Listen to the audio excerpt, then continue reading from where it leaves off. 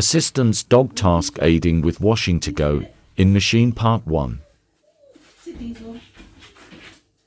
Get it. Good boy. Here we are learning to remove items from the laundry basket. Can you get it? This is not a natural behavior for dogs, and we should be patient with them and encourage them. Good job. Clever boy. Can you get it? Good boy. This is another behavior we would have discouraged when they were puppies. Can you get it, Diesel?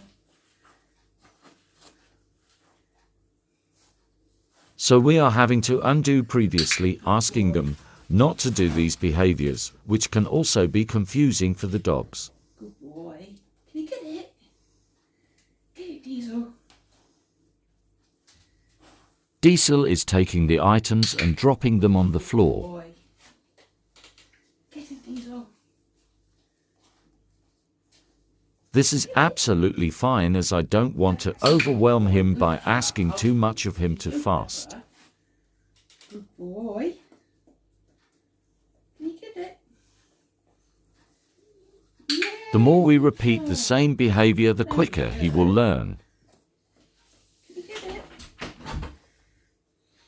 Diesel? If we change to fast asking for the next step, we could flood the dog, and their criteria would not be met.